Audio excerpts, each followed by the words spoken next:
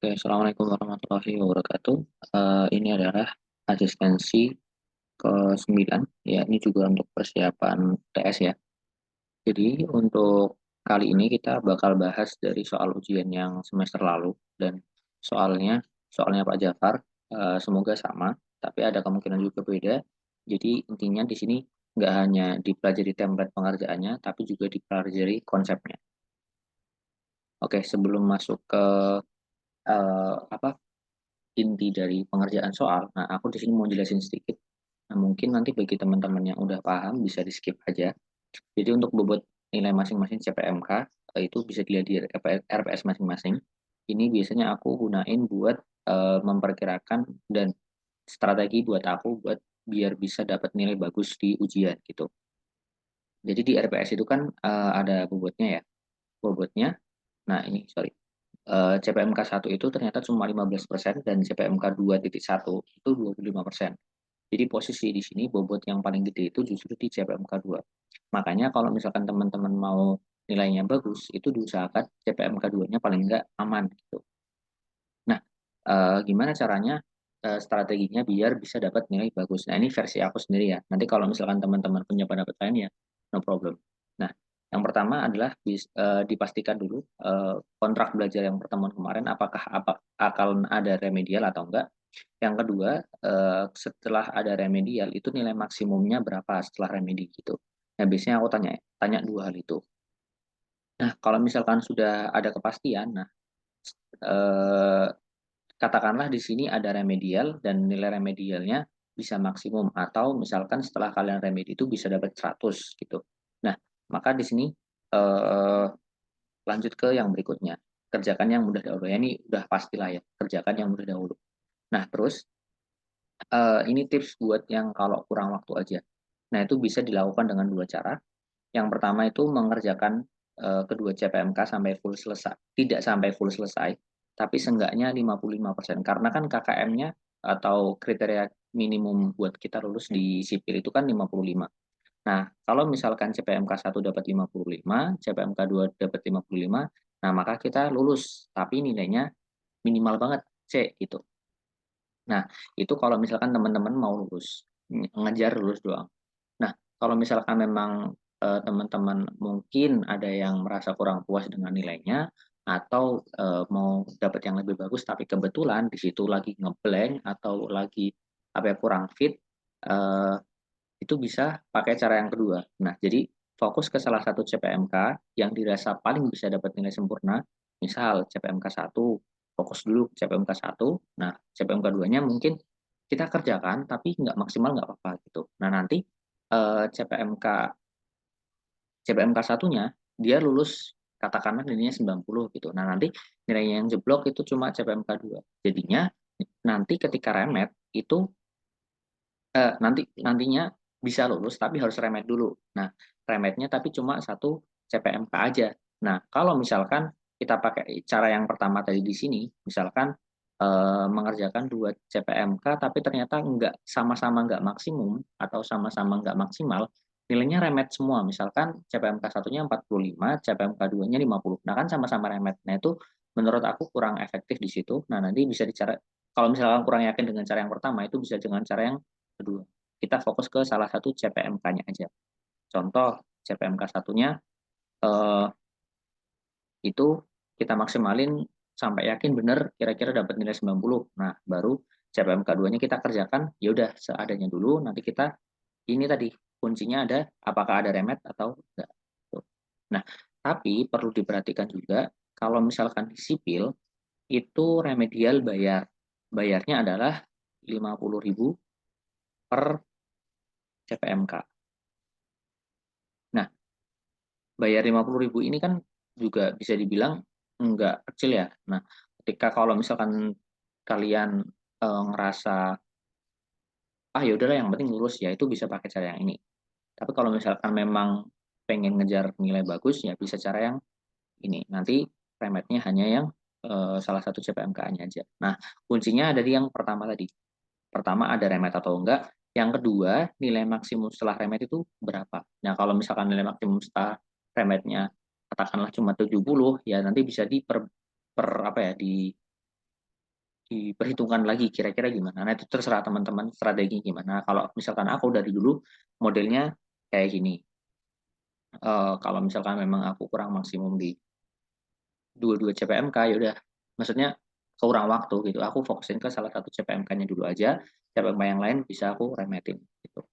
Tapi sekali lagi remet itu bayar. Kalau misalkan teman-teman nggak mau bayar, ya udah berarti ya udahlah seenggaknya lulus dua-duanya dengan nilai apa adanya. Oke, itu untuk pendahuluannya aja. Nanti ini saran dari aku aja, bisa diambil, bisa enggak, itu terserah teman-teman.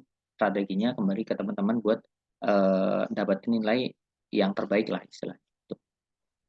Oke, di sini untuk, bentar, di sini,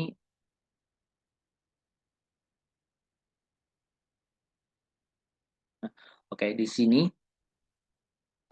untuk CPMK 1 itu adalah mampu mengekspresikan prinsip dasar struktur statis tertentu. Nah, biasanya itu kalau dosen-dosen lain itu adalah menghitung reaksi. Nah, tapi kalau misalkan sama Pak Jafar, kadang-kadang diberi sama ini soal materi. Nah, soal materinya adalah ini. Apa perbedaan antara struktur statis tertentu dan struktur statis tak tentu? Nah, perbedaannya itu ada di struktur statis tertentu adalah struktur yang jumlah reaksinya memenuhi syarat kesetimbangan statika, sehingga bisa dihitung memakai hukum kesetimbangan atau sigma momen sama dengan nol, sigma vertikal sama dengan nol, sigma horizontal sama dengan nol. Nah, kebalikannya, kalau statis tak tentu adalah suatu struktur yang jumlah reaksinya melebihi. Kalau yang pertama tadi kan yang tertentu itu memenuhi, yang statis tak tentu itu melebihi. Enggak kurang tapi lebih. Lebih melebihi syarat kesetimbangan statika. Sehingga tidak bisa dihitung menggunakan hukum kesetimbangan. Nah, itu nanti bisa bisa dihitungnya menggunakan rumus turunan yang lain. Nanti dipelajari di semester 3. Nah, berarti perbedaannya di sini cara perhitungannya.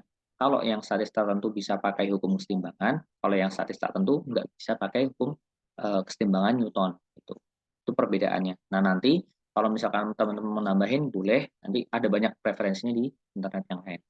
Nah, tapi kalau misalnya mau jawab sini juga cukup.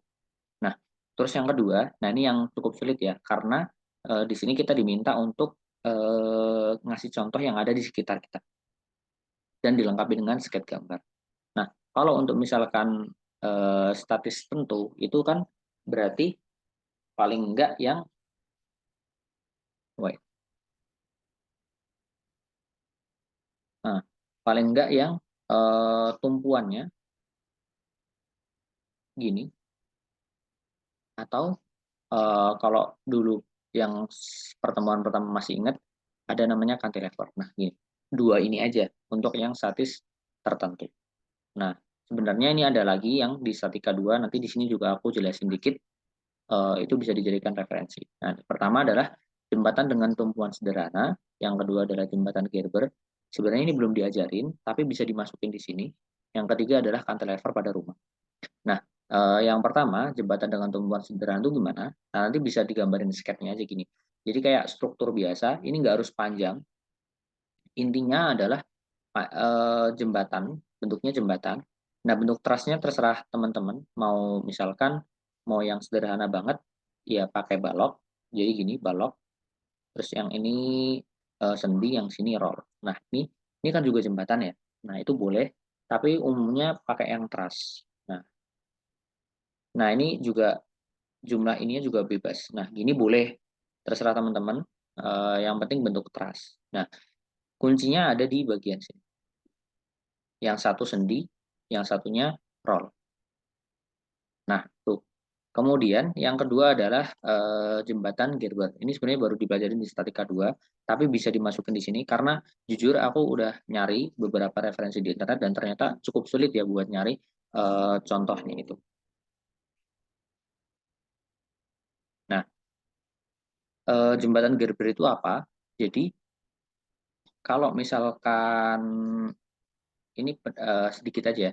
Jadi kalau misalkan, nah ini, nah kalau misalkan tumpuan sederhana kan gini aja ya jembatannya. Nah, tapi kalau misalkan, nah, Nah, ini tuh udah jadi statis tak tentu kalau misalkan kayak gini. Nah, makanya ditambahin Gerber di sini atau sendi dalam. Nah, sketsanya gini gitu. Atau dibuat sketsa gini juga nggak masalah. Nah, contoh realnya itu nanti bisa dicari ya di internet jembatan Gerber itu seperti apa. Nah, umumnya jembatan Gerber itu dipakai kalau bentang bentang apa ya bentang strukturnya tuh bentang struktur dari gelagar bawah jembatannya tuh panjang banget. Nah, makanya kita pakai Gerber. Ini tuh istilahnya kayak jadi ini kan ada struktur utama di sini. Nah, dia tuh numpu struktur yang atasnya, yang ini. Nah, dia tuh kayak yang bagian kanan ditumpu sama sini, yang bagian kiri itu numpu ke balok yang kirinya.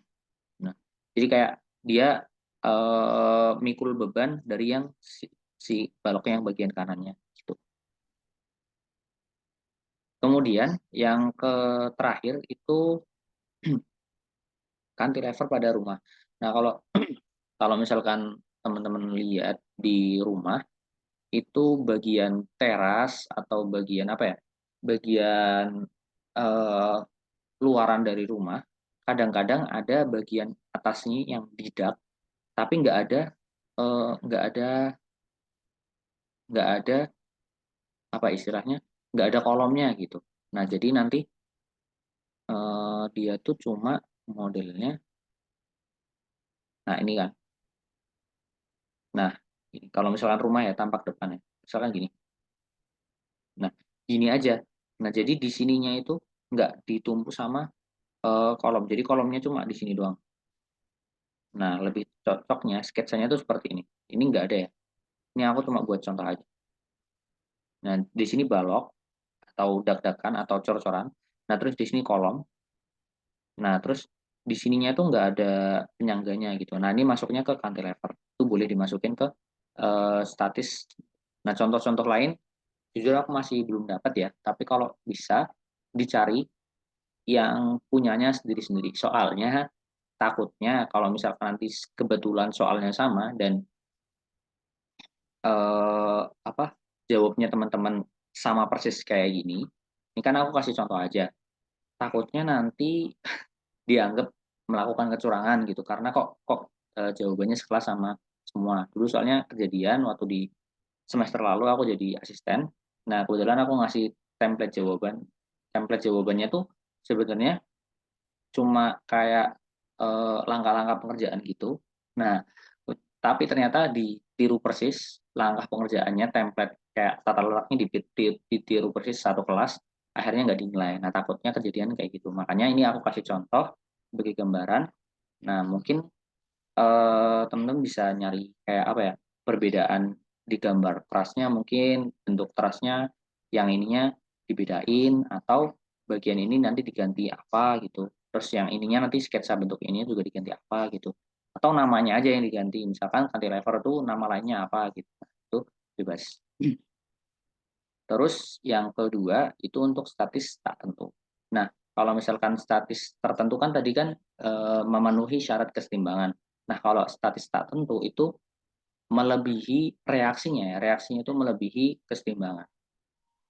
Nah, contohnya itu rumah rumah kita. Nah, kalau rumah itu misalkan aku tampak depannya, di sini ada kolom, terus di sini ada kolom, nah terus di sini ada balok. Nah, ini tuh pasti dijepit.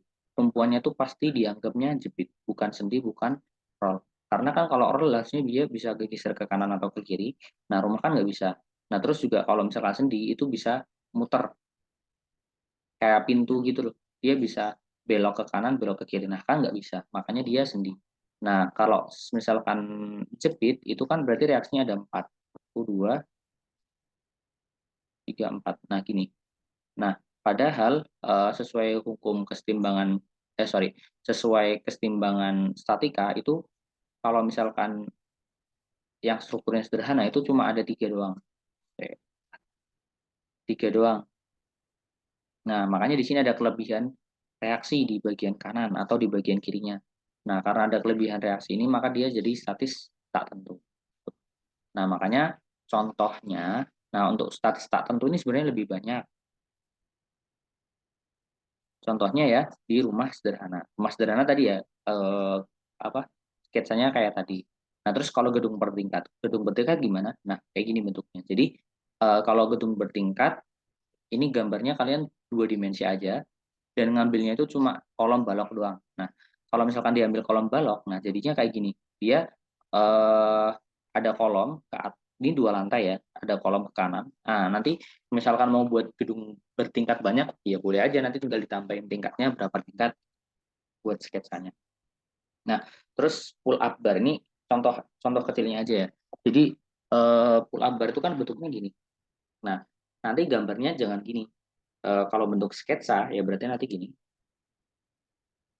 Nah, terus ini ada gini. Nah, di bagian sini, sorry, sorry, di bagian atas ini, itu kan di baut. Kalau di baut itu udah pasti dia jepit, karena dia nggak bisa bergerak ke kanan ke kiri, nggak bisa bergerak ke atas ke bawah, dan nggak bisa muter. Makanya dia jepit, nah dia jepit. Nah, ini pull up bar. Nanti tinggal gimana gambarnya, teman-teman terserah. Tapi kurang lebih bentuk sketsanya gini. Jadi dia di bagian atas dijepit, bagian sini jepit kan. Nah, terus di bagian sini juga dijepit gitu. Nah, ini kok ini pull up bar yang di apa di bor di bagian tembok. Ini kan kalau misalkan kayak gini dia arah reaksinya misalkan ini ke kiri, ini ke kiri, ini ke atas, ini ke bawah. Jadi kan ada empat reaksi gitu. Atau apa ya kalau tiang tiang pull up itu tiang pull up yang ditanam eh, ditanam di tanah itu juga bisa. Nanti kan berarti bentuknya gini ya biasanya. Kalau yang satu ya gini doang. Nanti tinggal kasih ini sorry ini jepit-jepit gitu. Atau kalau misalkan yang dua biasanya kan kalau misalkan tiang buat pull up itu kan ada yang agak pendekan, ada yang agak tinggi. Nah, nanti bisa gini. Jadi ini yang agak pendekan, ini agak tinggi gitu. Ini contoh aja buat pull up. Atau yang lain masih banyak. Eh, nanti bisa dicari aja. Intinya kalau statis tak tentu itu cari aja yang paling gampangnya ya. Yang dia itu di jepitnya ada dua. Nah, kalau satu jepit itu berarti dia masuknya masih ke statis tertentu. Kalau statis tertentu dulu minimal dua jepit itu udah masuk ke statis tak tentu. Tuh. Kalau misal nih kursi terus di board bagi apa kursi, misalkan ada kursi ya, kan kursi gini ya bentuknya. Nah, terus di bagian sini di board itu juga udah masuk ke statis tak tentu sebenarnya. Tuh. Nah, nanti contoh-contoh lain bisa dieksplor aja. Kalau misalkan bingung, coba cari dulu, terus nanti tanya ke aku, Mas ini kira-kira bener nggak ya contohnya? Kalau misalkan bener, kalau misalkan bener ya berarti nanti bisa ditulis di lembar jawab. Kalau misalkan salah, ya berarti nanti kita cari lagi yang kira-kira apa bener yang apa gitu. Oke, lanjut. Nah, itu untuk CPMK 1. Jadi CPMK 1-nya lebih ke teori. Contoh-contoh soal lain untuk CPMK 1 nanti aku kasih di lain apa di lembar jawab yang lain aja.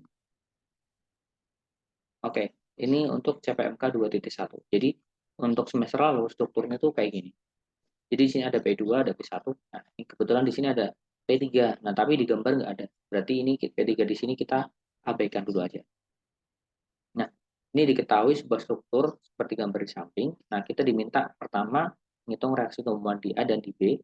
Kemudian gaya batang akibat beban luar untuk seluruh batang. Kemudian defleksi horizontal di D dan defleksi vertikal di C. Nah, ini ketentuan-ketentuan yang lain. Nah, katakanlah di sini NIM-nya adalah 111. Nah, sehingga didapetin untuk bagian sini itu 60, bagian sini 85. Dari sini ya.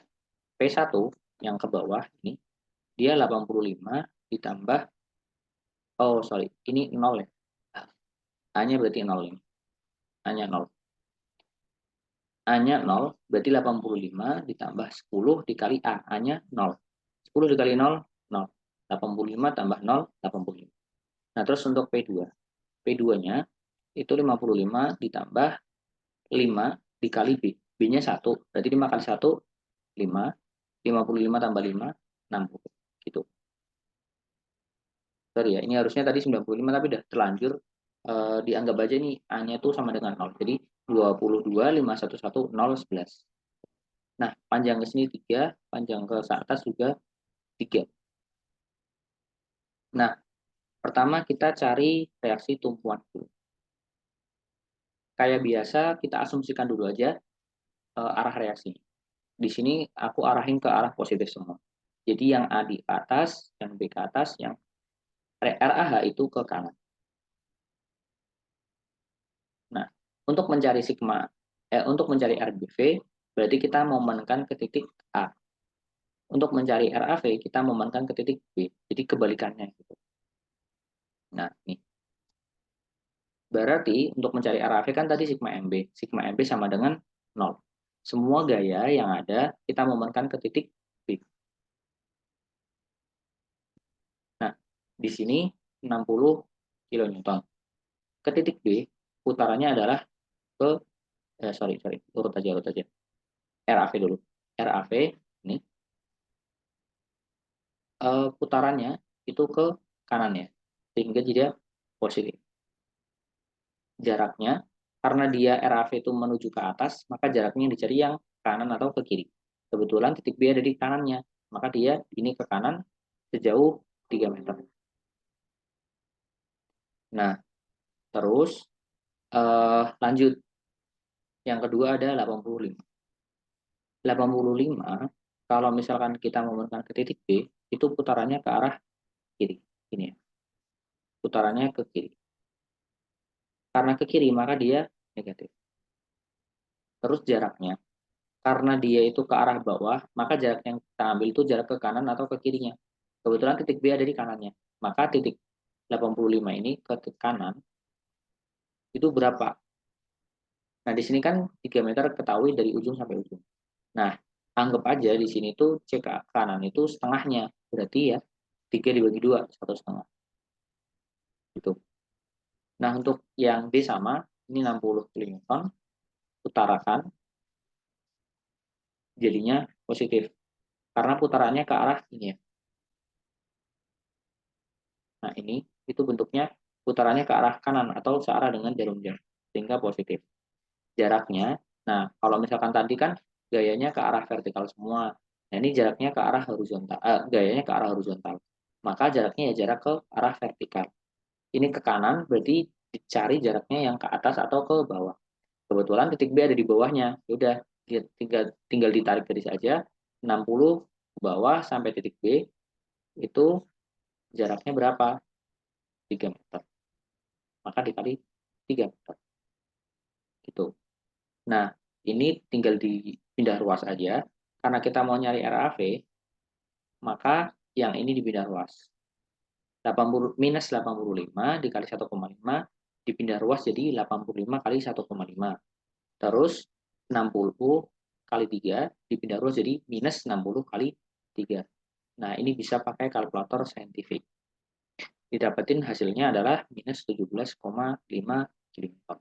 Nah, ini kalau misalkan kalian punya kalkulator saintifik, kalau bisa eh, dibawa ya. Dan kalau misalkan nggak punya, pinjam temennya. Karena kalau nggak pakai kalkulator saintifik itu agak sulit buat ngitungnya. Karena kan kalau misalkan di statika kita ngejar waktu. Nah, makanya kalau mau ngitung di kalkulator saintifik enaknya adalah nggak perlu dihitung satu-satu. Contohnya, 85 kali 1,5 dulu, hasilnya berapa? Katakanlah hasilnya A. Terus 60 dikurangi 3, hasilnya berapa? 180. Terus baru dibagi 3. Nah, A dikurangi 80, katakanlah misalkan 100. Terus habis itu dibagi 3. Nah, baru sini 33, sekian gitu. Nah, ini kan beberapa tahap agak lama ya. Nah, kalau pakai kalkulator saintifik, kalau bisa dibiasakan ngitungnya itu langsung dimasukin semua.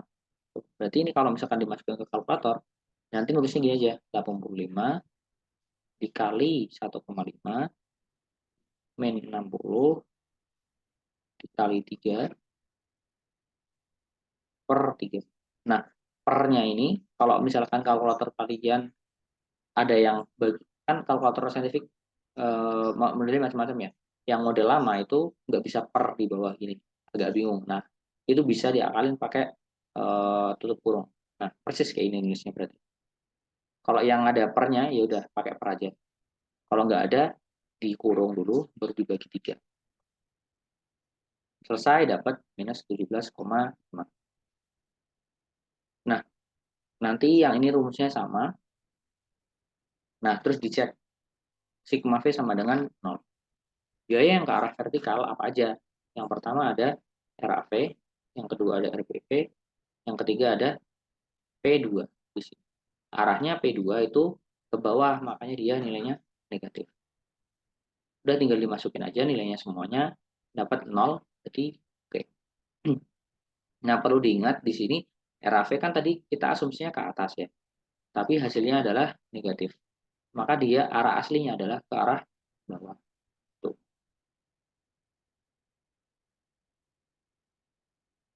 Nah, untuk sigma H juga sama. Kita cek semua gaya yang ke arah horizontal atau yang ke arah kanan atau ke kiri itu apa aja. Kebetulan di sini ada RAH ke kanan, maka dia positif. Terus ada 60 ke kanan juga, sehingga positif. Nah, makanya hasilnya adalah RAH itu dipindah ruas jadi minus 60. Minus 60 kan tadi asumsinya ke kanan. Nah, karena dapatnya minus, berarti asumsi salah. Berarti arah aslinya adalah ini RAH-nya itu ke arah kiri. Gitu.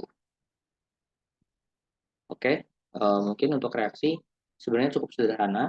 Nanti tinggal dibiasakan aja biar kebiasaan ngitung. Kalau misalkan nggak biasa, memang kadang-kadang agak kaku dan agak panik juga kalau misalkan ternyata pas dikontrol nggak sama dengan nol. Itu biasanya ngabisin waktu banget. Makanya kalau bisa di reaksi tumpuan itu teliti. Terus lanjut untuk ini untuk batang asli kita pakai metode potongan ya. Pakai metode potongan.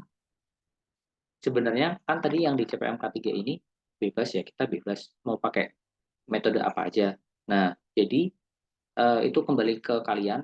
Kira-kira cocoknya pakai metode apa sih? Metode join kah?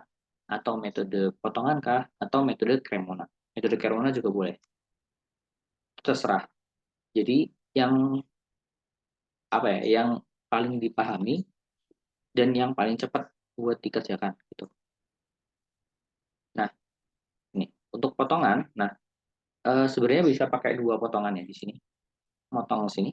Ini kan cuma tiga doang. Satu, dua, tiga. Nah, masih memenuhi syarat karena maksimal nggak metode potongan kan tiga gitu. Terus potongan yang kedua di sini. Nah, tapi itu nggak aku pakai.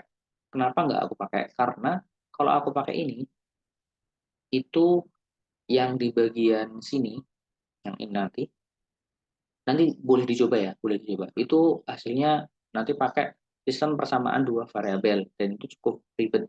Tuh. Dan aku nggak mau hal itu. Nah, terus yang kedua, kalau misalkan pas potongan di sini, itu ada dua batang yang pakai sudut. Yang pertama AC, yang kedua CD. Nah, dua ini itu pakai sudut atau bersudut karena dia miring. Nah, makanya agak ribet juga di situ. Nah, makanya kalau bisa dihindari. Gitu. Kalau aku sih lebih baik menghindari. Tapi kalau misalkan lebih enak, misalkan dua potongan doang ternyata udah bisa dan teman-teman lancar, ya udah pakai itu, no problem. Nah, di sini aku potongan yang pertama pakai potongan yang di sini, potong gini. Jadi dia yang potong adalah AC sama AB. Terus yang potongan kedua di sini CD sama BD dan yang terakhir kan ini udah, nah, ini udah, ini udah, ini udah, ini udah. Nah, sisa yang tengah. Nah, yang tengah potongnya sini. Nah, terus ini kan untuk potongan yang pertama. Nah, itu kan bersudut ya. Karena bersudut, maka kita harus cari tahu dulu sudutnya ini di sini berapa. Atau paling minimal, ya kalau nggak tahu sudutnya ya cari kita sin sama cosnya.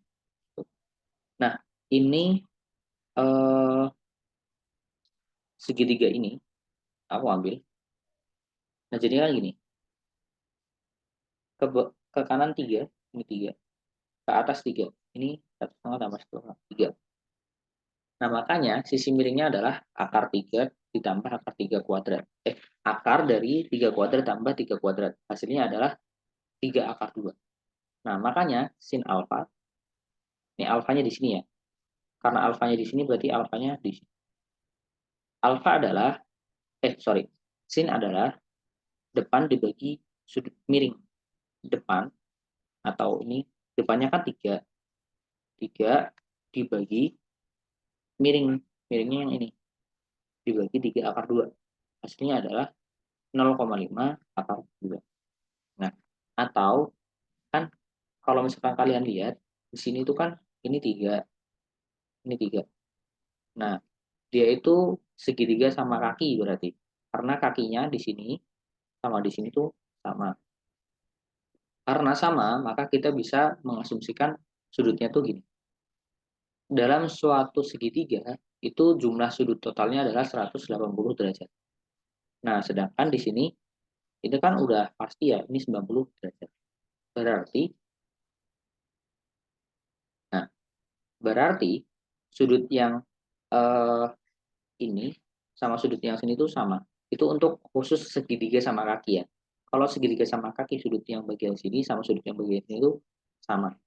Berarti rumusnya total apa ya? Total eh, sudut di dalam suatu segitiga itu 180 dikurangi sudut yang di sininya itu adalah 90 dibagi dua karena yang satu buat sini, yang satu buat sini.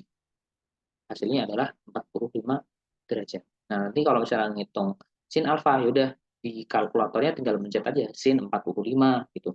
Gak usah ribet-ribet nulis setengah akar 2. Tapi cukup nulis sin 45, cos 45. Gitu. Nah, sebenarnya ini juga bisa dikonversi ya ke derajat. Nanti tinggal dipencet aja di kalkulatornya aksin. Atau kalau misalkan dipencet di kalkulator yang nggak ada aksin itu biasanya tanda lambangnya sin pangkat min 1 gitu. Sin pangkat min 1 angkanya misalkan ini 0,5 pangkat 2. Nah, hasilnya nanti bakal 45. Gitu. Jadi kalau buat sin cos itu boleh pakai sudut, boleh pakai ini. Itu boleh. Terserah enaknya mana. Nah, di potongan A itu aku ambil potongan kiri di sini. Nah, ini sebenarnya untuk metode potongan yang sederhana ini kan udah pernah kita bahas ya. Jadi ini aku bahas satu aja. Nah, bahas satu aja, nanti selebihnya bisa dipelajari sendiri. Karena ini soalnya benar-benar persis sama asistensi kita yang 2 minggu yang lalu. Tuh. Nah, untuk yang ini itu dia eh, yang di bagian kanan garis itu nggak kelihatan. Nah, ini. Tuh. Nah, makanya yang kepotongan AC sama AB. Sekali lagi, kalau metode potongan, garis yang terpotong itu mengarahnya ke, sorry, batang yang terpotong itu arahnya itu mengarah ke garis dan diasumsikan tarik. Berarti AC kan kepotong nih. Kita ambil potongan kiri, berarti kan yang kelihatan di sini. Nah, terus garisnya ada di sini, maka dia ke arah atas, ke arah dia mendekati garis. Nah, pertama kalau di sini bisa dilihat dulu, ini kan harus diasumsikan ke arah atas dan ini diasumsikan ke arah kanan. Jadi ada 2 asumsi. Nah, kalau pakai sigma horizontal dulu, nanti dia yang AC kan nggak diketahui ya, berarti AC nggak tahu, AB nggak tahu. Nah, dua-duanya nggak tahu nih. Karena dua-duanya nggak tahu, sulit dikerjakan.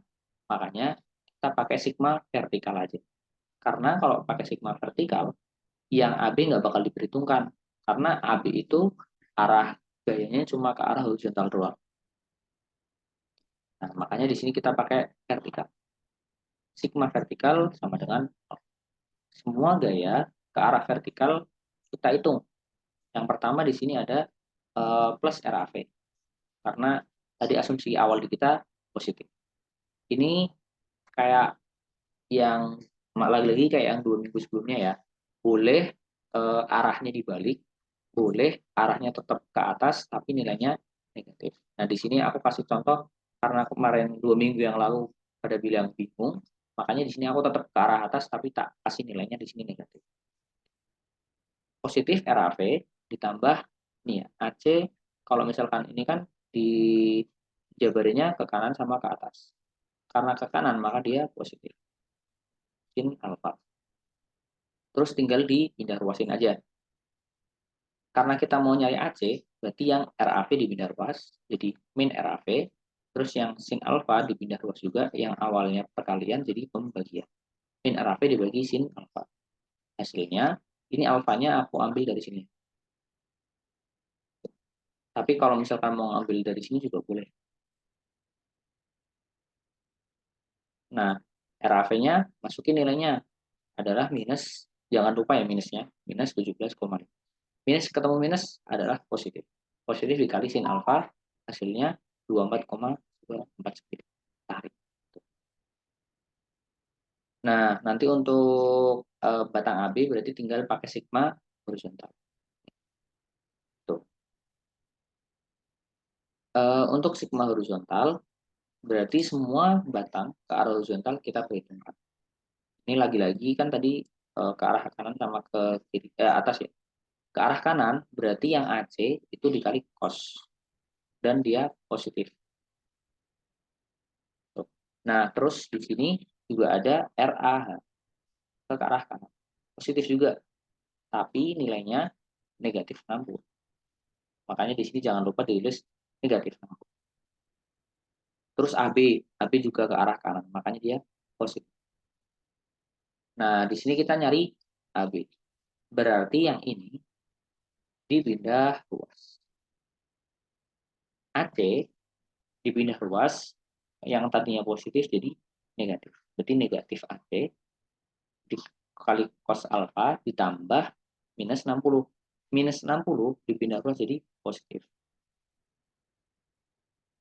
Nah, di sini AC kan tadi kita udah tahu ya nilainya ini. Dimasukin aja. Hasilnya 42,5. Tarik. Kalau bisa pakai minimal 3 angka di belakang koma ya.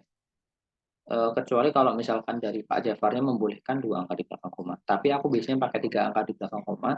Kenapa? Karena kalau pakai 2 angka di belakang koma itu resiko errornya masih besar. Kalau misalkan pakai 3 angka di belakang koma, resiko errornya tuh bisa dibilang cukup kecil gitu dan jarang. Terus nanti untuk potongan dua, intinya sama kayak tadi ya. Jadi yang bagian yang terpotong, mau pakai potongan kanan atau potongan kiri, potongan atas atau potongan bawah, terserah. Dan yang batang-batang hidup itu kita perhitungkan.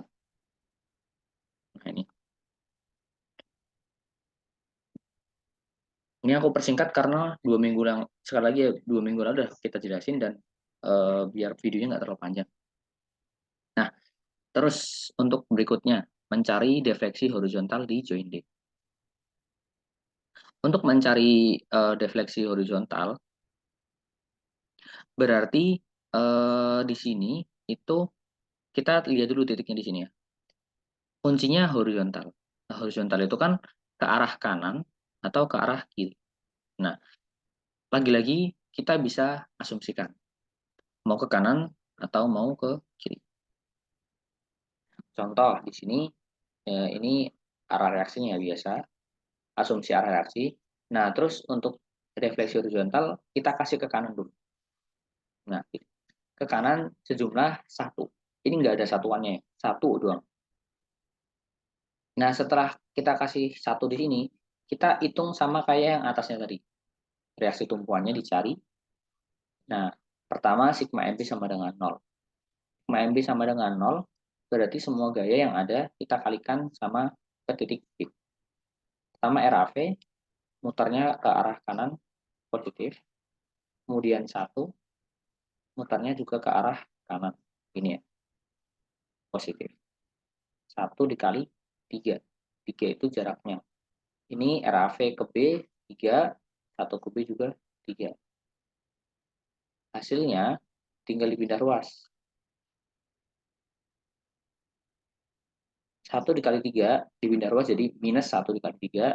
Terus yang ini dipindah ruas juga. Yang tadinya perkalian jadi pembagian. Minus 1 dikali 3 dibagi 3. Hasilnya minus 1. Karena tadi asumsinya dia ke atas, ternyata hasilnya negatif, maka dia area RAV-nya itu ke bawah. Nanti hal yang sama berlaku untuk sigma momen di titik A. Nanti terus dicek. Nah, dicek kebetulan untuk ngeceknya ini hanya ada RAV sama RBV. Gaya yang lain nggak ada untuk ke arah vertikal ya, karena ini gayanya ke arah horizontal. Terus untuk arah reaksi horizontal sama kayak tadi, karena kita asumsinya dia ke kanan, maka dia RAH-nya positif. Kemudian angka satunya ini juga ke arah kanan, maka dia positif. Tinggal dipindah ruas, RH sama dengan minus 1. Ini nggak ada kilonewtonnya ya harusnya ya. Terus yang untuk ini apa sih pakai metode join. Nah, untuk metode join berarti harus apa ya? Harus bisa bayangin bentuk apa joinnya tuh kayak gimana. Metode join itu maksimal dua batang tidak diketahui. Terus yang kedua, arah asumsi joinnya itu keluar dari titik atau keluar dari join, menjauhi join. Dan yang menjauhi join dianggap batang tarik. Contohnya di sini, ini kan A ya. Kalau misalkan aku bunderin ini, nanti hasilnya kayak gini. Yang arah RAV itu ke arah atas, nilainya minus 1. Yang RAH ke kanan, nilainya minus 1 juga. Nah, potongan yang ini. Nah, itu kan dia ke arah atas. AC. Dan ini juga sama, ke arah kanan. Karena dia menjauhi joinnya. AB. Nih. Hasilnya untuk join A. Nah, sama kayak tadi sebelumnya, ini harus dijabarin. Ke arah kanan sama ke arah kiri. Ke arah kanan sama ke arah atas. Nah, kalau misalkan pakai sigma horizontal dulu, ada dua batang yang nggak diketahui. Yang pertama adalah AC dikali cos, yang intinya yang ke arah kanan atau kiri itu cos, yang ke arah atas atau bawah itu sin ya. Jadi ini AC dikali cos sama AB. Ini nggak tahu, ini nggak tahu. Dua variabel nggak diketahui. Cukup sulit buat nyesain. Jadi mending pakai yang sigma vertikal dulu.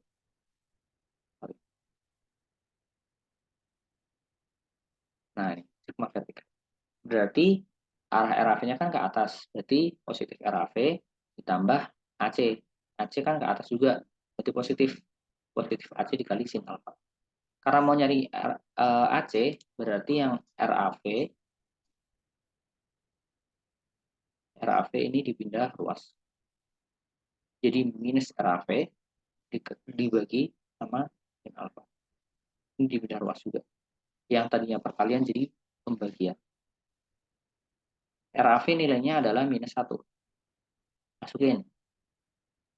Minus 1. Jadinya positif. Positif 1 dibagi sin alfa. Hasilnya 1,414. Nah, untuk yang horizontal juga sama. Kayak gitu. Intinya, untuk horizontal berarti semua gaya yang ke arah horizontal kita jumlahkan. Di sini yang ke arah horizontal ada 1, 2, dan AC ketika dia jabarin 3. Nah, yang pertama AB dulu nih. Ke arah kanan positif. Terus AC. AC juga ke arah kanan positif. Jangan lupa AC dia punya sudut. Berarti yang ke arah horizontal dia jadi cos dikali cos. Terakhir minus. Ini ke arah kanan juga ya, makanya positif. Tapi nilainya adalah minus 1. Minus 1. tinggal dijumlah, hasilnya adalah 0. Nah, untuk join B juga sama. Join B ini gini. Kalau dipotong, ini yang AB itu ke arah kiri, yang BC itu ke arah atas, yang BD itu ke arah atas. Nah, hasilnya kan sama gini ya.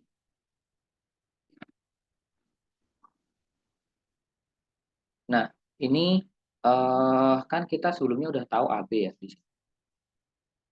udah tahu AB. Kita nggak tahu BC sama nggak tahu BD. Nah, ini kebetulan dijabarin ke atas sama ke arah kiri. Nah, kalau kita mau ngambil sigma vertikal, berarti kan kita ngitung yang BC ke atas dulu sama BD, dua ini. Sedangkan dua-duanya kita nggak tahu. Karena dua-duanya kita nggak tahu, kita pakai cara yang lebih simpel aja. Pakai yang sigma horizontal. Karena yang AB udah diketahui. Contoh di sini. Sigma horizontal sama dengan 0, maka semua gaya yang ke arah horizontal kita anggap kita perhitungkan. Pertama AB, dia ke kiri, maka dia nilainya negatif. Terus yang kedua BC. Nah, nih yang ke arah kiri juga dia. Makanya dia nilainya negatif. Negatif BC dikalikan dengan cos karena ke arah horizontal. Nah, ini tinggal kita mau nyari apa dulu nih? Di sini kebetulan kita mau nyembuhin yang kita mau nyari yang BC. Karena mau nyari yang BC, maka yang AB dipindah luas. AB, sorry, minus AB dipindah luas jadi plus AB. Terus di sini masih ada minusnya. Nah, ini biar minusnya hilang, dipindah luas lagi. Jadinya makanya BC sama dengan minus AB. Makanya di sini minus AB, AB-nya itu 0 di sini ngambilnya.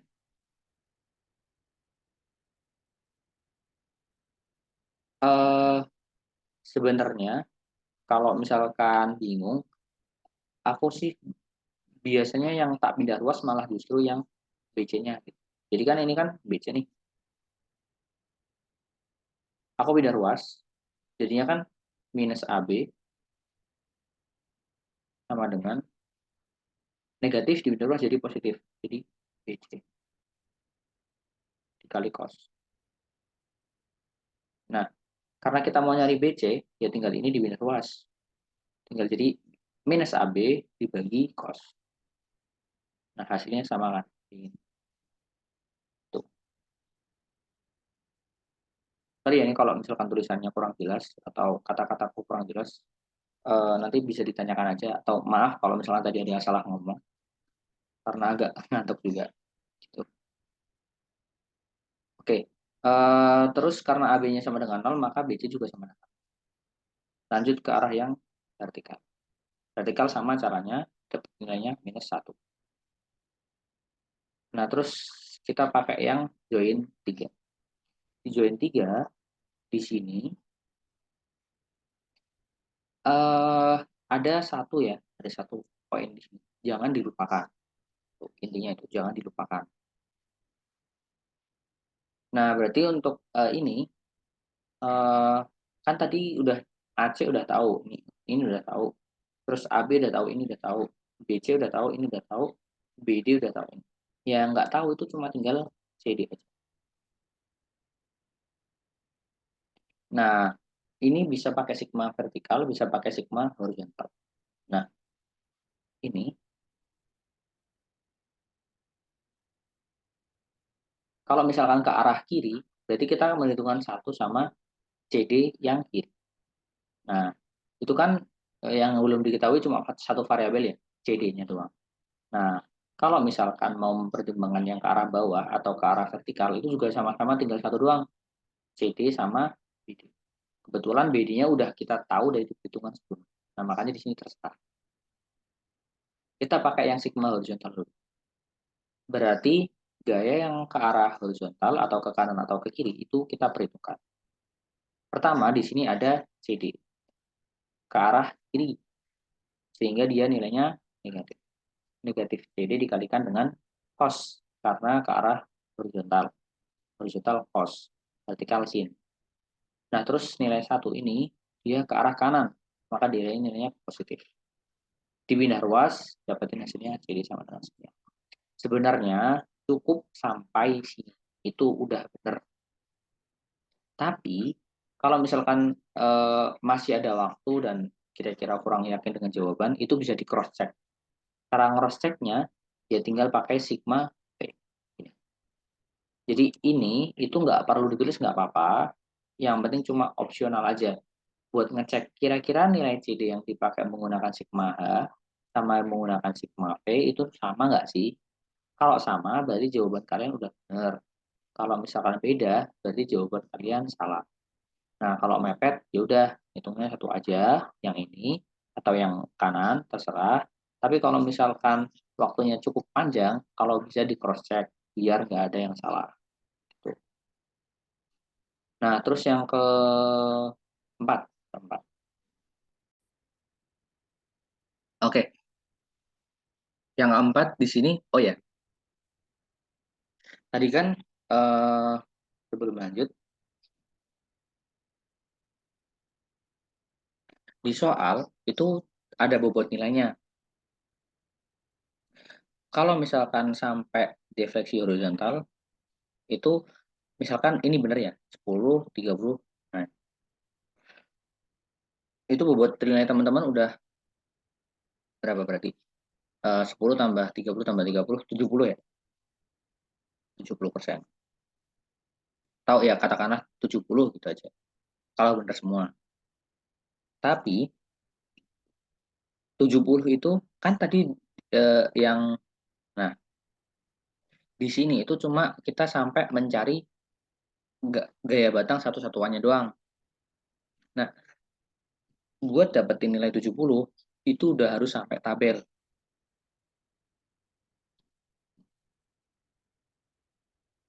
Nah, tabel yang ini. Nah, tabel ini kan sebenarnya cukup banyak ya yang perlu diisi.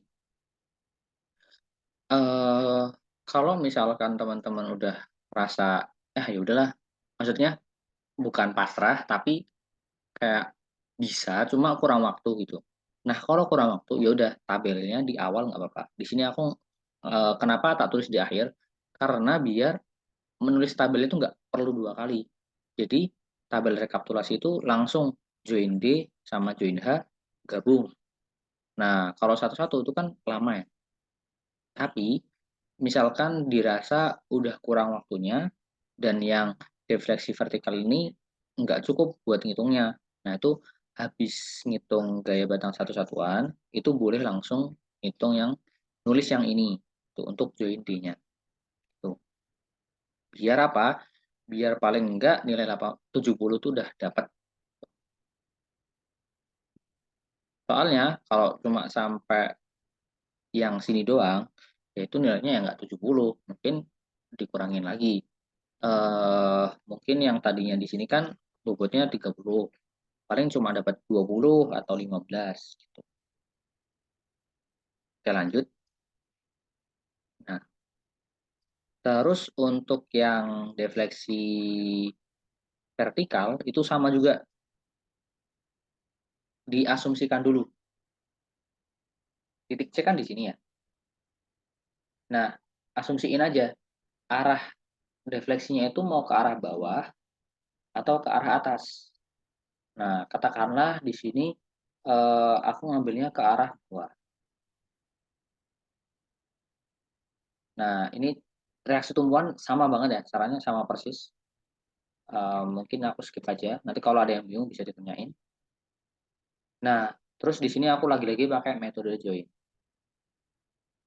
Metode join berarti untuk join A sama kayak tadi ya. Bedanya nilainya di sini. Yang tadinya di sini itu -1, di sini jadi 0,5 positif. Pakai sigma vertikal dulu. Berarti yang ke arah atas itu kan ada RAV atau di sini 0,5 ditambah AC. Nah, kita mau nyari AC. Karena mau nyari AC berarti RAV dipindah ruas. Yang tadinya positif dipindah ruas jadi negatif. yang sin alfa dipindah ruas ke kanan, jadi yang tadinya perkalian jadi pembagian. RAV dimasukin nilainya 0,5 sini. Maka hasilnya adalah minus 0,707. Nah, yang selanjutnya berarti yang AB. Yang AB berarti kita pakai sigma horizontal. Untuk sigma horizontal, kita hitung lagi yang ke arah horizontal ada apa aja. Ini kan ke arah atas sama ke arah kanan. AC. AC ke arah kanan, ke arah horizontal berarti dia cos. Nah, yang ke arah kanan itu kan positif ya. Yang ke kiri dia negatif. AB kebetulan di sini ke arah kanan berarti dia positif. Yang AC juga sama positif, berarti positif AC dikalikan cos alfa sama dengan 0. AC-nya udah tahu, berarti kita tinggal nyari AB. AC dipindah ruas ke arah kanan. Jadinya minus AC dikali cos alfa. AC itu tadi hasilnya nih ya, minus 0,707. Makanya di sini minus dulu, terus dimasukin nilai AC-nya, minus lagi. Minus 0,707 ditekan cos alfa. Jadi kalau misalkan mau ditulis, itu jadinya minus AB ya, AB sama dengan minus AC kalikan cos alfa. Nah, ini kan sama dengan minus. Nah, AC-nya itu juga minus, jadi minus minus 0,7 gitu. Yang ini ya, dan seterusnya. Minus ketemu minus jadi positif. Positif 0,707 dikalikan cos alfa atau cos 45 ya tadi ya. Cos 45 itu hasilnya 0, gitu. Nah, untuk join B sama kayak yang di atasnya tadi ya. Caranya sama persis. Nah, bedanya adalah di join D. Tadi ketika kita nyari defleksi horizontal di titik D, itu kan arahnya ke sini ya. Nah, ketika mengambil join, itu jadinya ada ya, ada satunya di sini. Nah, tapi ketika sekarang kita nyari defleksinya vertikal di titik D, yang di join D itu udah nggak ada gaya apa-apa. Karena ada nggak ada gaya apa-apa, nah berarti permodelannya cuma gini doang. CD ke arah kiri bawah, BD ke arah bawah. Ini dijabarin ke arah kiri sama ke arah. Contoh, di sini mau pakai sigma horizontal. Sigma horizontal sama dengan 0, berarti ini kan yang CD ke arah kiri, berarti dia nilainya negatif. Negatif CD dikalikan cos alpha sama dengan 0. Nah, yang CD gimana jelasinnya? Eh, karena di sini udah nggak apa ya, dia kan sendirian, nggak punya variabel lain selain CD. Itu sebenarnya boleh langsung ditulis CD sama dengan 0, itu boleh. Atau ya kalau misalkan memang mau niat, ya bisa dijabarin gini. Eh, ini dipindah ruas ke kanan. Jadinya kan CD sama dengan CD dikali cos alpha sama dengan 0. Terus habis itu yang ini dipindah ruas juga. Yang tadinya perkalian jadi pembagian. Jadi 0 dibagi cos alpha sama dengan 0. Kalau mau dari ini langsung ke sini itu juga boleh. Asal kalian paham konsepnya. Kenapa bisa jadi sama dengan 0 gitu. Nah, terus lanjut ke yang sigma vertikal. Buat checking ya, sigma vertikal cuma buat checking. Nah, eh, yang sigma vertikal berarti kan tadi semua gaya ke arah vertikal atau atas bawah kita perhitungkan. Yang CD ke arah bawah, berarti main CD dikali sin alpha, yang BD juga ke bawah, berarti main BD sama dengan 0. BD itu kita tahu dari perhitungan sebelumnya. Yang ini, BD-nya kan udah sama dengan 0 nih. Nah, kita masukin aja di sini. BD sama dengan 0. Nah, makanya CD nilainya 0. Bener, yang sigma vertikal, yang sigma horizontal 0, yang sigma vertikal 0. Jadi hitungan kita udah tuh. Nah, terus ini aku lanjut dulu ya Kak, yang defleksi. Nanti kalau misalkan mau pakai metode Krumana, aku ajarin sedikit di akhir. Nah, ini masuk ke tabel rekapitulasi defleksi. Nah, tabelnya kan gini. Ini kan cukup banyak ya. Yang kayak yang aku tadi bilang, kalau misalkan yang nomor defleksi vertikal kamu catat tabel, terus yang defleksi horizontal juga dicatat tabel, itu cukup makan waktu. Makanya di sini aku milih buat tabel rekapitulasinya itu di akhir aja. Nah, yang pertama kita perlu L. L-nya tapi dalam bentuk sentimeter. Sebenarnya bebas, mau dalam bentuk sentimeter boleh, mau dalam bentuk meter boleh, mau dalam bentuk milimeter boleh. Tapi yang penting sama, satuannya sama. Kalau misalkan di sini sentimeter, ya berarti di sini sentimeter, sentimeter, dan seterusnya. Kalau misalkan di sini meter, ya berarti di sini meter, di sini meter. Nanti hasil defleksinya itu juga dalam meter. Enaknya sih dalam bentuk sentimeter aja. Nggak begitu kecil, nggak begitu gede. Nah, pertama kita mau cari tahu masing-masing panjangnya, tapi dalam satuan sentimeter. Nah, bentuknya kan ini. Berarti batang AB kan udah tahu ya di sini 3 meter. Atau kalau dipindah ke sentimeter jadi 300 dikali 100. BD juga udah tahu. Nah, yang nggak kita tahu adalah CB, AC, sama CD. Ini kita bisa selesaikan pakai Pythagoras. Kalau misalkan ini aku potong gini, nanti hasilnya itu gini. Nah, ini. Jadi, ngambilnya yang kecil aja ini ya, yang kecil ini. Nah, itu A sampai titik yang ini. Itu kan setengahnya ya, setengah dari AB. Tadi kan A sampai B itu 3 meter. Berarti A sampai titik yang ini. Itu 1,5 meter atau 150 cm. Terus juga sama, C ke bawah. Nih ya, C ke bawah. Bentar. C ke bawah itu juga setengah dari yang ini. D ke bawah, D sampai B. Makanya di sini 3 dibagi 2 sama 150. Hasilnya ya berarti ya kalau batang AC ya tinggal di Pitagorasin aja. 150 akar dari 150 kuadrat tambah 150 kuadrat. Hasilnya, nah, hal yang sama berlaku untuk titik BC. Nanti jadi motongnya gini. Nah, nanti bakal dapat ini juga sama. Nah, terus yang DC yang ini ya. Nah, ini DC. Nah, ini sama motongnya berarti gini nanti.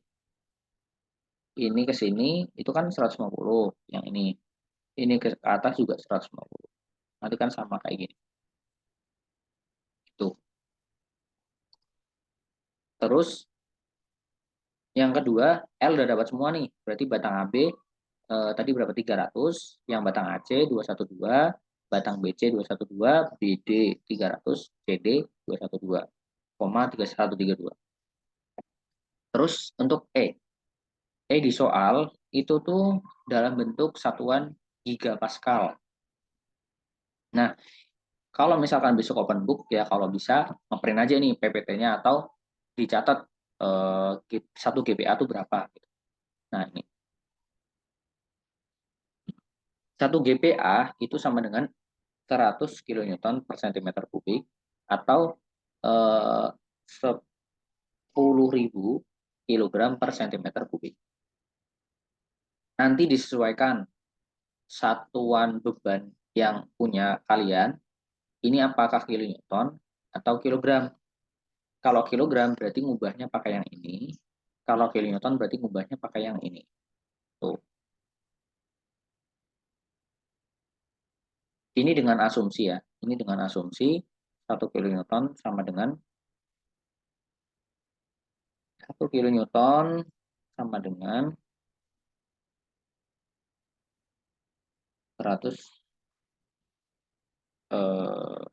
kilogram asumsinya. Nah, nah terus kan di sini kita pakai kilonewton, berarti pakai yang ini. Nah, di soal diketahui itu E-nya itu 200 gigapascal. Nah, berarti ya tinggal diubah aja. 1 gigapascal sama dengan 100. Berarti 200 gigapascal sama dengan 20.000 kilonewton per sentimeter kub. Udah. Nah, terus yang kedua, yang A. Ini kan E sama semua ya. Yang A juga sama semua. Udah diketahui di soal. Panjangnya 15 cm semua. Sorry, luasnya 15 cm semua. Nah, terus yang F. F ini didapat dari mana? F itu didapat dari langkah nomor 2, yakni mencari gaya batang asli akibat beban luar. Yang ini ya. Yang Nah, ini gaya batang asli. Itu dimasukin ke nilainya yang ke F. Contohnya di sini dapat nilai AC 24,749. Nah, berarti nanti dimasukin AC-nya berapa, terus AB-nya berapa, dan seterusnya. Terus, nah ini delta. Delta itu udah ada rumusnya di sini. F dikali L dibagi E dikali A. Ya udah tinggal masukin aja, berarti F-nya berapa dikali L-nya berapa dibagi E-nya berapa dikali A-nya berapa.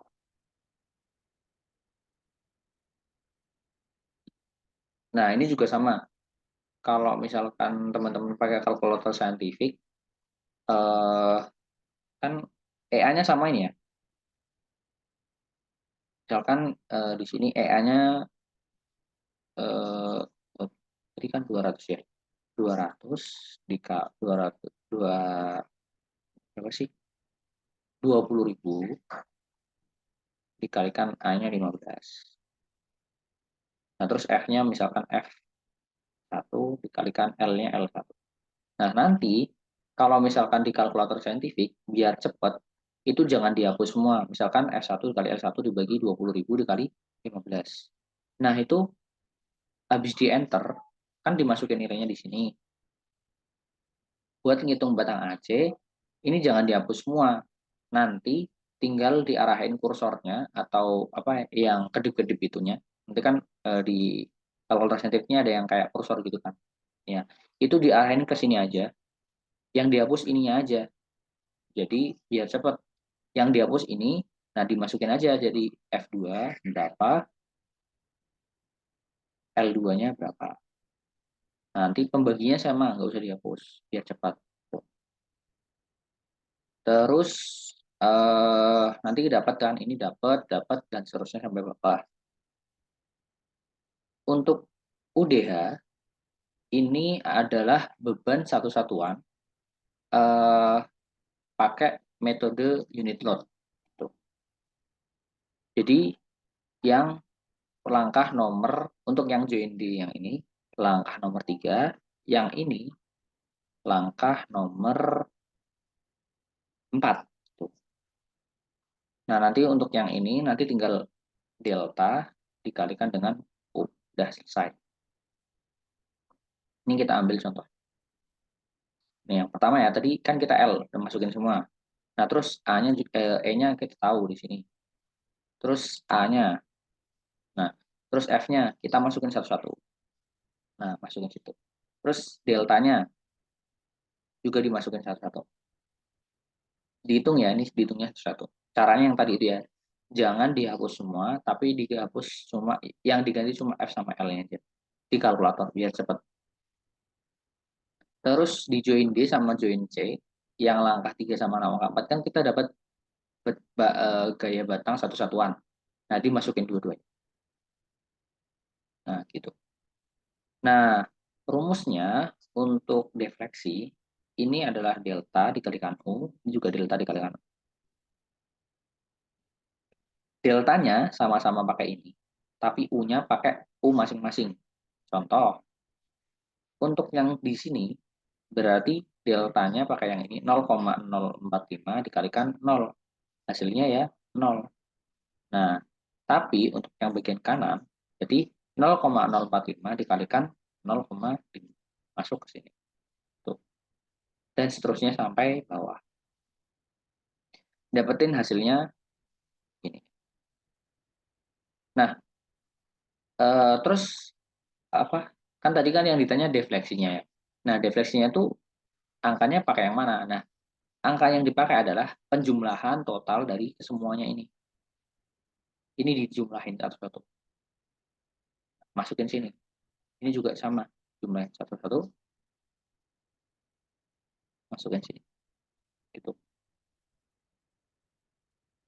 Nah, nanti dapat hasilnya berarti join D defleksi vertikal horizontalnya 0,169, untuk join C defleksi vertikalnya 0,039. Nah, tadi kan asumsinya untuk yang join D horizontal kan ke arah kanan, terus yang ini ke arah kiri. Nah, kalau misalkan mau diartikan, itu berarti nanti join D itu bakal bergeser ke kanan sejauh 0,169 cm. Nah, join C bakal bergeser ke bawah sejauh 0,0389 cm. Misal, tadi kan asumsinya kan ke kanan, dapatnya ke arah kiri. Nah, berarti kesimpulannya apa? Kesimpulannya adalah join D bakal bergerak ke arah kiri sebesar 0,169 cm, dan ini misalkan yang tadinya itu ke arah bawah ternyata dapat di sini negatif, berarti bakal bergeser ke arah atas karena kebalikannya ya, ke arah atas sejauh 0,039. Tuh. Itu kesimpulan aja, boleh ditulis boleh enggak, tapi kalau mau tulis nah tulis sekalian.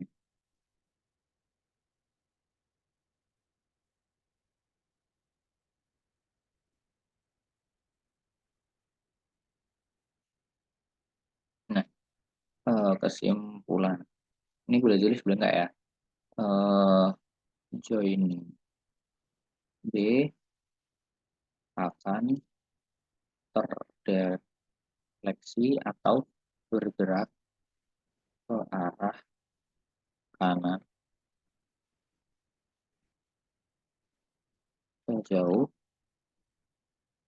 0,17 cm, dan join C akan bergerak ke arah bawah sejauh 0,039 cm. Nah, itu kesempatan. Oke, mungkin gitu aja dulu. Kalau panjangan maaf nanti bisa di skip-skip aja yang sekiranya belum paham bagian mana. Terus ini contoh sedikit ya buat kalau misalkan memang mau pakai metode Cremona buat ngitung gaya batang satu-satuan. Kalau untuk gaya batang asli aku nggak recommended karena susah. Tapi kalau untuk gaya batang satu-satuan masih cukup bisa. Nah, caranya gini, gambar dulu aja ininya. Ini kan sudutnya 45 derajat ya. Nah, berarti kalau misalnya kalian gambar, ya harus benar-benar 45 derajat nanti. Kita hitung dari yang eh, dua gaya batangnya dua yang tidak diketahui. Contohnya di sini, join yang di sini, itu A. Ini aku ambil contohnya dari yang ini ya, yang ini ya, join C. Yang di A, RAV-nya itu kan 0,5 ke atas. Udah berarti kita tentuin dulu skalanya. Kalau tentuin skalanya 1 cm banding 1 kN, itu kan berarti kalian gambar 0,5 kN digambar 0,5 cm. Nah, itu terlalu kecil. Sebenarnya cukup, cuma ketelitiannya tuh bisa jadi kurang. Nah, makanya bisa pakai 2 kali lipat atau 4 kali lipat, terserah, secukupnya. 2 cm kan juga nggak begitu gede ya. Katakanlah di sini kita pakai skala 4:1. Kalau pakai skala 4:1, berarti 0,5 itu digambarkan 4 kali lebih besar. 4 kali dari 0,5 itu berapa? 2 kan? Nah, makanya di sini digambarkan 2 cm ke arah atas. 2 cm ke arah atas. Ini ke arah ini ya.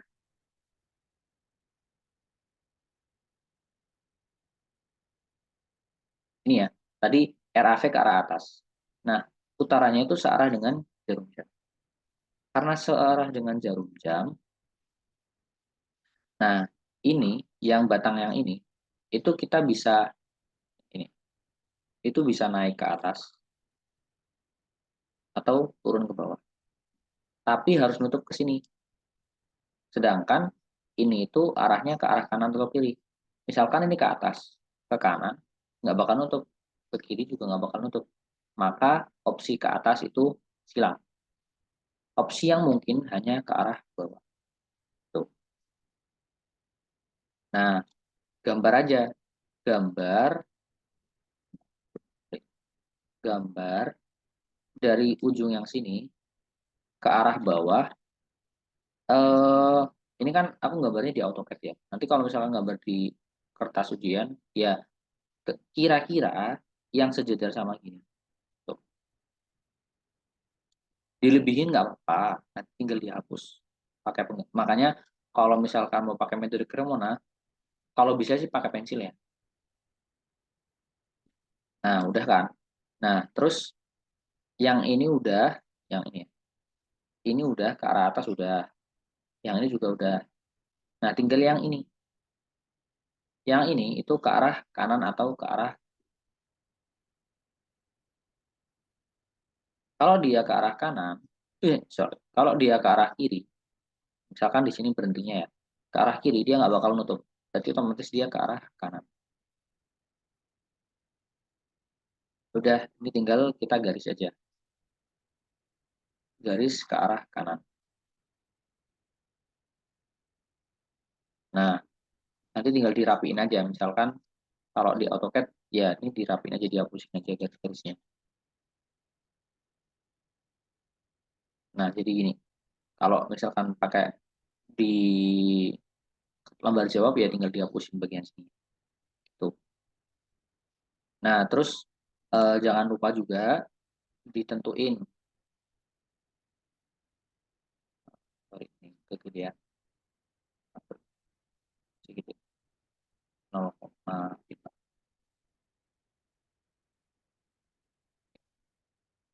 gede 0,3. Nah, nah tadi ini kan arahnya ke arah atas ya. Terus ini arahnya ke arah bawah. Karena ke arah bawah, joinnya ada di sini berarti dia ke arah bawah. Ini kan. Dia mendekati join. Karena mendekati join berarti dia nilainya negatif. Ini nilainya negatif negatif apa tadi? A C. Nah, nah ini dia nilainya negatif AC. Terus yang ini tuh ke arah kanan. Kalau misalkan kita gambar di struktur aslinya, ke arah kanan itu menjauhi join, maka dia nilainya positif. Positif,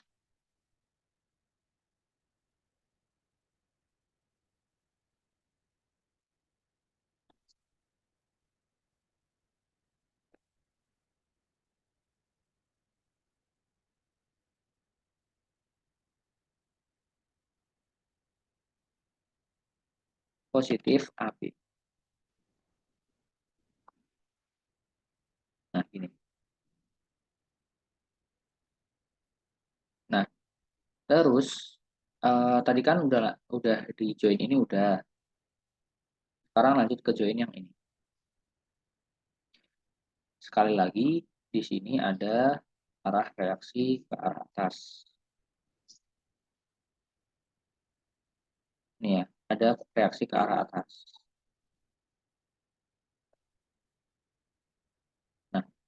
Ini kan ada reaksi ke arah atas. Berarti yang kita ketahui itu ini sama ini. Nah, itu untuk metode Cremona dimulai dari yang searah dengan jarum jam. Berarti dari yang paling kanan. Ini dulu, baru lanjut ini. Nah, ini kan ke arah atas. Nah, terus AB. AB kan tadi udah dapat ya nilainya itu positif. Joinnya di sini. Kalau positif, itu kan menjauhi join. Berarti dia ke arah kiri. Yang tadinya ini ke kanan, berarti dia harusnya ke arah kiri. Berarti nanti harusnya itu satu berhentinya di sini. Nah, itu. Nah, gambarnya itu berarti satu satu sorry 0,5 sorry ya bukan satu 0,5 ke atas. Habis itu AB ke arah kiri.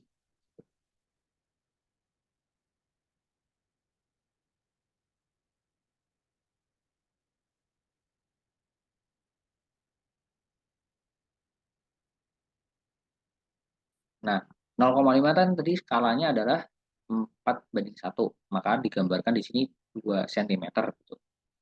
Nah, ini naik dulu 2 cm karena arah reaksinya ke atas. Nah, baru AB-nya ke arah kiri. Sesuai nilai yang udah kita hitung dari join yang A. Makanya di metode Cremona itu harus berlanjut. Gambarnya harus nyatu jadi satu, nggak boleh terpisah. Kecuali kalau memang kalian bisa sangat presisi buat gambar terpisahnya gitu.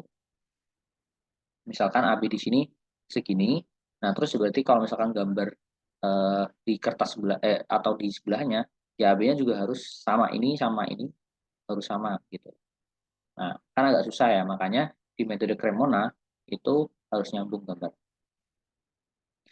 Ini udah dapet, ini udah dapet. Nah, lanjut yang ini. Ini kan bisanya dia ke arah eh, miringnya berarti kan ke arah ini, kiri atas atau kanan bawah, gitu kan. Nah, kalau misalkan ke arah yang atas, sedangkan yang ini itu ke arahnya atas atau bawah. Dia nggak bisa nutup di sini ya. Tadi titik awalnya di sini ya, nggak bisa nutup. Makanya ini opsi yang ke atas nggak bisa, kita silang. Opsi yang mungkin hanya ke arah bawah. Ya udah digaris aja. Tadi ya, garisnya tadi kan ke arah atas kiri. Nah, dari titik sini dilanjutin aja eh, ke arah bawah dengan sudut yang sama di sini itu ini berarti 45 derajat. Ini 45. Nah, caranya sama yang kayak kemarin aku bilang ya di kelas, pakai penggaris kalau misalkan nggak bawa sudut jangka apa sih istilahnya busur, nggak bawa busur, ya dikira-kira tapi pakai penggaris dikira-kira yang lurus banget gitu. Nah, kalau di AutoCAD itu bisa sangat lurus karena kita tinggal ngopi ininya apa ngopi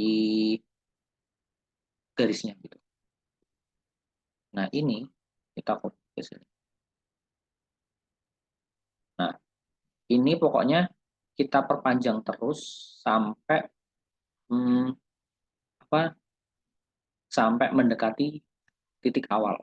Nah, ternyata di sini setelah kita perpanjang itu mentok di titik awal. Karena udah mentok di titik awal, berarti yang bagian batang yang ini itu kan nggak ke bagian tempat ya.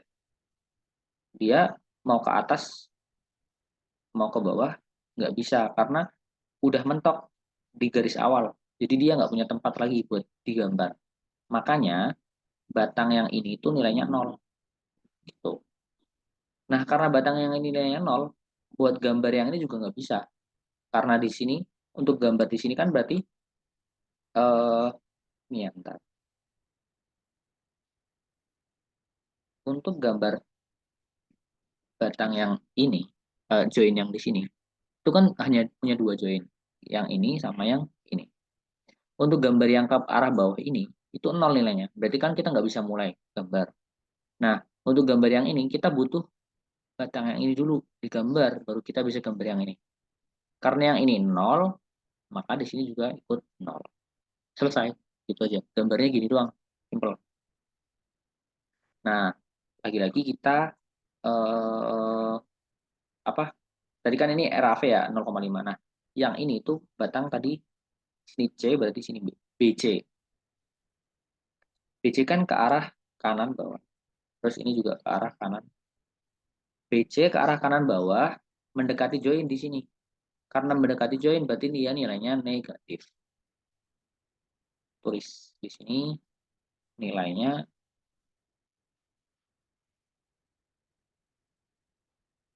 negatif BC. Nah, udah selesai kan kita gambar, tinggal di garis sini aja. Kalau misalkan pakai kertas ya berarti tinggal dicari aja panjang masing-masing garisnya berapa. Oh, sorry, bentar. Bentar. Aku kecilin dulu buat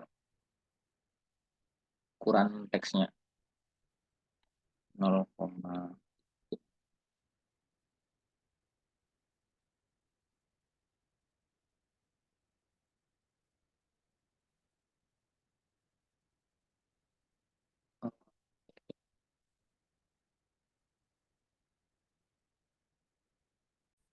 nah oke. Gini ya. Jadi diukur masing-masing panjang yang ini ke atas berapa, ini berapa nih, senti. Ini berapa nih, 2,83. Ini berapa senti, 2,83. Ini berapa senti, ternyata 2 senti. Nah, tadi kita pakai skala 4:1. Karena eh, pakai skala 4:1 berarti nilai aslinya itu kita balikin lagi sesuai skala. Karena pakai skala 4:1 berarti hasil garisannya atau hasil panjangnya dibagi 4. Contohnya batang AB itu panjangnya 2 cm. Berarti dia itu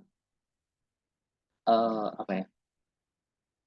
Gaya batangnya adalah 1/4 dikalikan 2 atau 0,5 kilonewton dan dia positif. Nah, lihat sama nggak kira-kira? Batang AB. Nah, sama 0,5 gitu. Nah, terus di sini kalau pakai garisan penggaris itu kan ketelitiannya paling enggak cuma komanya 1 doang ya. Jadinya 2,8 gitu. Nah, berarti untuk mencari batang AC itu berarti minus karena dia batang AC minus ya. Minus 0,25 atau 1 dibagi 4 dikalikan dengan 2,83 hasil atau 2,8 ya karena kita pakai penggaris. Hasilnya adalah 0,7. Nah, itu kalau misalkan tadi kita cari di sini 0,707. Ya, kelemahannya memang itu tadi sih, kurang akurat. Kalau misalkan mau akurat banget ya pakai metode join. Kalau misalkan mau pakai metode Cremona itu akurat tapi kalian harus cermat banget gitu. Kalau dikali 2,83 benar hasilnya adalah 0,707. Tapi kan pakai penggaris biasanya cuma bisa satu angka di belakang koma ya, jadi 28 gitu. Nah, itu hasilnya adalah 0,7. Ya, itu aja sih mungkin untuk penjelasannya.